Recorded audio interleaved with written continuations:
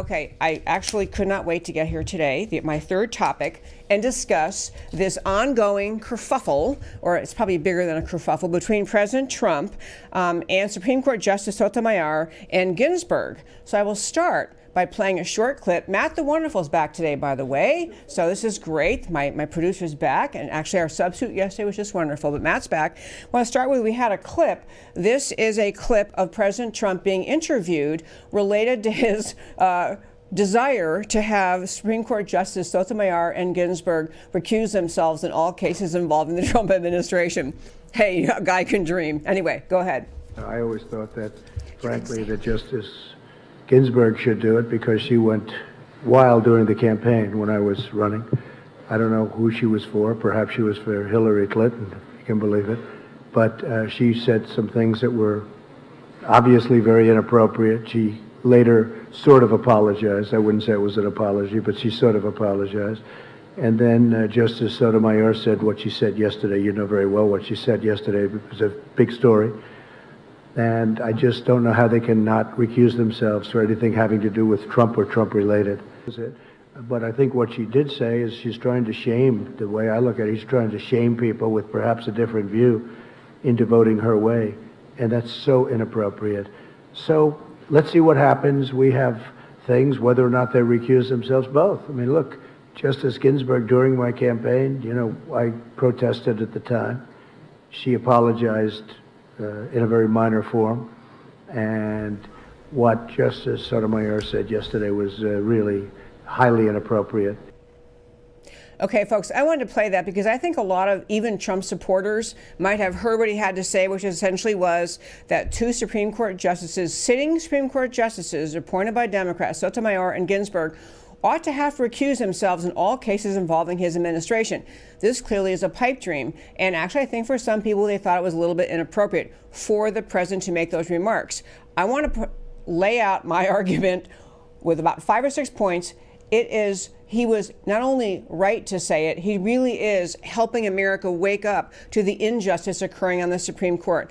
Let me start with just a reminder. You may recall back in, I think it was like 2018, right before Thanksgiving, President Trump had made a remark about some judge, a federal court judge, being an Obama appointee, and it was one of the judges who struck down one of the many executive orders that President Trump had entered relating to refugees and immigration. And the judge struck it down on grounds that were clearly just, I mean, I can't even call them unjustified, just frivolous, unjustified, ridiculous grounds. It was a judge appointed by Obama who has a mission to undermine President Trump. Anyway, so Trump made some comment, and Justice Roberts, the Chief Justice of the Supreme Court, in November 2018, rebuked President Trump and said there is no such thing as an Obama judge. He said he rejected the Obama judge characterization. This is Justice Roberts basically saying we have the finest people sitting on the federal courts and they do their level best to render honest decisions, and there's no such thing as an Obama judge or a Trump judge or a Clinton judge. There are just federal court judges. To which Trump, because he never puts up with anything, tweeted back, "Sorry, Justice Roberts," and he went on to say, you know, there simply is no judicial independence. So Trump went right back at him. And I want to say, as I say every time we discuss Supreme Court nominees, the job of a federal judge, whether it's the trial court level, the district court, the appellate court level, the circuit courts, or the Supreme Court, the job of federal court judges is to interpret law, to follow the Constitution based on what the Constitution says, not what they wish it said or they would like to expand it to say. There should, in some weird way, Justice Roberts was correct when he said that there's no such thing as a political judge. There actually shouldn't be. And so, but the truth, actually, here's Roberts' exact quote. "We do not have Obama judges or Trump judges, Bush judges or Clinton judges. We have an extraordinary group of dedicated judges doing the level best to do equal right to those appearing before them." He's right, that's how judges should be. But the difference between conservative and liberal judges is not Democrat, Republican. It is conservative judge means follow the law. Liberal judges means find a way to get to the result you want. It means contort the meaning of the Constitution, contort the meaning of federal laws to get to the result you want, or as I call them, the make-up stuff wing of the federal court. So this started the tension between President Trump and the Supreme Court. I want to go back, though, to what Ruth Bader Ginsburg, who was appointed by President Clinton, what she had to say, wow, in 2016, before President Trump had won the election. So he's candidate Trump. Justice Ginsburg had to say, by the way, some reporter went to the Supreme Court because he's doing he's doing research on something or other, stopped in to see Ginsburg, who, for whatever reason, let him do an interview of her, and she was criticizing President Trump. She says, I cannot imagine what this place, referring to the Supreme Court, would be. I can't imagine what the country would be with Donald Trump as our president. She went on to say, at first I thought it was funny, she said, of Trump's early candidacy. To think there's a possibility that he could be president. Her voice trailed off gloomily. I think he has gotten so much free publicity because basically the media couldn't stop reporting on him. So she really denigrated him. President Trump came back right at that time. And he and tweeted, Justice Ginsburg of the U.S. Supreme Court has embarrassed all by making very dumb political statements about me. Her mind is shot. That is a tweet. Just resign. So, this is not a man who takes things lightly. Criticism of him especially thinks it's unfair. But getting around what happened with Sotomayor, there was a case before the Supreme Court. We've been talking about this, and I want to make sure we get to what the point of this big dispute was. In some cases in which courts on the federal level are asked to review executive orders or other issuances by the Trump administration, some district court judges, and to be clear, a district court is a judge that has a particular geographic area. Like in Texas, we have a northern district court, we have a southern district, and most states, big states, have numerous federal district courts. They're trial courts at the federal level. Above them are the circuit courts, and those are the courts of appeal. The famous Ninth Circuit, California, Idaho, all that out there is one circuit. Every single district courts are banded together, circuit court above them. In normal life, in responsible actions by the judiciary, judges issue orders relevant to and applicable to their own jurisdiction. They issue an order, Northern District of Texas. This is an order in a case before that judge, Northern District of Texas, or wherever it is, same as circuit court. What has been happening under President Trump's presidency, because he's so unraveling and upsetting to the American left, is because these liberal judges do not like the things that President Trump is doing with respect to refugee and immigration policy, they issue orders on cases before them, not just applicable to their own jurisdiction, but nationwide injunctions.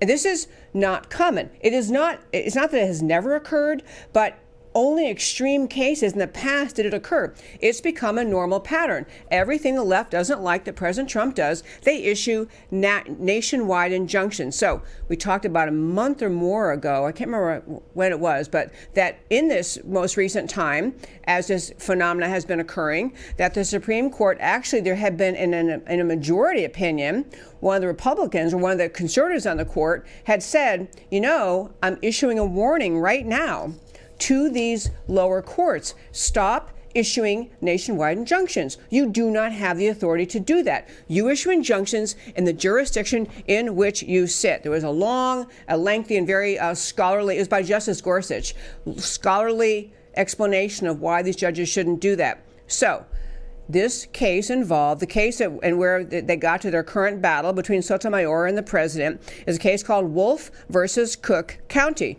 The basic question was, it's a policy question under the Immigration and Nationality Act, and it was President Trump's new initiative related to public charge. He's basically saying, President Trump is saying that they are not going to issue green cards to people likely to become a public charge, which means, in plain English, you can't come here and get a legal right to stay here and live off welfare. This is not the purpose of our immigration system. This public charge, and we've talked about this before, it is very common in Western civilization countries, probably, and in the countries that have any affluence. I know it's true in Australia and New Zealand. you have to show, if you're going to move there, it's one thing if you're going to visit for 2 weeks and go on a tour, but to move there, you have to show that you're not going to become dependent on the government. This is not a radical concept, but it's been ignored by the leftists in this country because they love filling our country with illegal aliens. So Trump goes, issues an executive order relating to not giving green cards to people who likely to become public charges. He had cases from various circuits coming up, competing cases. Supreme Court finally takes the case and is looking at it. Previous to that, there have been two appellate court cases on this subject. Previous to that, the court had not only made mention of that Gorsuch ruling I mentioned, where he said stop issuing nationwide injunctions, that actually even gone back to this very court in Illinois and said stop issuing nationwide injunctions. The case finally gets to the Supreme Court, and the court rules, as so many important decisions are, 5-4. So 5-4 upheld President Trump's right, which to be, we could go off on this legal issue some other time, but I'm going to tell you, there is not any colorable legal argument that President Trump lacks the authority to make this order. There is no colorable argument. He's got clear authority under the Constitution, clear authority under federal law. It's not even close. And they know it's not close. They just don't like it. So here you go with they got this decision, 5-4. Sotomayor, in a blistering dissent, because she was so angry that she didn't get her way, and that again, President Trump had, prevailed at the Supreme Court. In her dissent, she used very harsh language criticizing not only the outcome of the case, and she basically was saying all the factors they should have considered. This is a great case for we should have just let the injunctions stay in place. There was no reason to strike down the nationwide injunctions. But she went on to question the integrity of the majority of the court. She questioned the integrity of the judges appointed, the 5 other members on the Supreme Court who voted to uphold President Trump, questioned their integrity, questioned their motive, basically accused them of just doing Trump's bidding at the court. And she said, she refers to the decision by the majority. The government has treated this exceptional mechanism as a new norm. She actually used the expression, and I will tell you, when you read about these cases, I got to do a digression here. When you read about these cases, you'll see some people criticizing the Trump order as intending to keep out all poor migrants from coming to America. Okay, that's one way to spin it. And it's in some ways true that the point of his order is to say we don't have immigration policy intended to bring the world's poor people to America to put them on our welfare system. That's why he has the order. But it can be spun to sound as though it's a harsh order. The simple fact is, unless we're going to bring in all the world's poor and let them come here and then live off our welfare system funded by the taxpayers, we have to have lines, we have to have rules. But the real thing Sotomayor did was she was baiting and insulting the integrity of the majority of the Supreme Court. And this is what led President Trump to say what he said. To say, as a matter of fact, if you are so hateful of me, and he's referring back to Ginsburg, who I told you about earlier in her comments in 2016, and you are so hateful of, you're criticizing the majority because they dared to agree with the president, you're not really an unbiased judge. You're just not. And if you can't be unbiased, you're supposed to recuse yourself. They shouldn't take the president pointing it out. Now, they can ignore him. They will ignore him. They're not going to recuse themselves. But the reason I like that President Trump spoke up is because I think he gave some cover to the majority on the court. He gave them some cover. He gave them some defense. And, it's really funny because you could be in the defense on the majority in the Supreme Court. The majority opinion could have said, and why in the world do we have these 4 people in the dissent once again knocking President Trump, once again disagreeing with him, once again striking down everything he does? And I went back this morning in preparing for the show today and started to keep track of how many times Sotomayor and Ginsburg voted against Trump. And I lost count. They always vote against him. The same point could have been made by the majority. The simple fact is the job of the Supreme Court justices is to interpret the law. It is to follow the law. It is to render their opinions based on what they think the law is. Now, maybe Sotomayor, if you gave her truth serum and forced her to say, reveal her deepest heart, she would say, I'm the one following the law. I'm doing what's right. That injunction should have remained in place. She may think she's right. Not saying I know she's evil in her heart, but she has been on the Supreme Court. She was appointed by Obama. She's been a part of the leftist agenda to contort the meaning of the Constitution, to expand the power of the federal government, to enable the massive growth in our immigration system. She's been part of that effort and played her role on the Supreme Court. She has no right to complain because actually there's now a majority willing to enforce the law. And one more justification related to President Trump and his willing to be more critical, more assertive about what happens at the Supreme Court. In his 3 years serving as our president, he has been under constant investigation, his entire administration under investigation, facts coming to light that he was, as he pointed out, turns out that Obama's spying on me. Obama was spying on him. The Obama administration did go through the FISA court to get warrants to spy on Trump affiliates. This guy has been mistreated, lied to by the FBI. He has been the subject of unfair treatment by the FISA courts, granting warrants 4 different times with no justification whatsoever to spy on his team. And now we all know this because we've seen the Inspector General report. The public is aware there was no basis whatsoever for the entire dossier was a fraud. The dossier, the basis of getting those warrants. And here you look at the federal court system. The FISA court judges are appointed by, if I were speaking in person, I'd say raise your hand. The FISA court judges are appointed by Supreme Court Justice Roberts. He appoints them all. And he's sitting there silent as the public has become aware that the FISA court completely permitted and made possible the entire spying on the Trump campaign from the beginning. The FISA court judges, beyond some very mild rebuke of, well, this sure does, you guys shouldn't have done this, nothing's happening to them. There's no justice being brought to them. There's no justice being brought to President Trump by the FISA court judges, by the Supreme Court Justice Roberts, who should be saying, what in the world happened? All of you are suspended until we figure this out. There is nothing coming from the FISA courts demanding any kind of justice with respect to all the people, the FBI and the DOJ, who lied to them in the FISA court process. And President Trump is just supposed to sit there and take it? I don't think so. This is part of his ongoing and very justified outrage at the treatment he has received at the hands of our federal judiciary.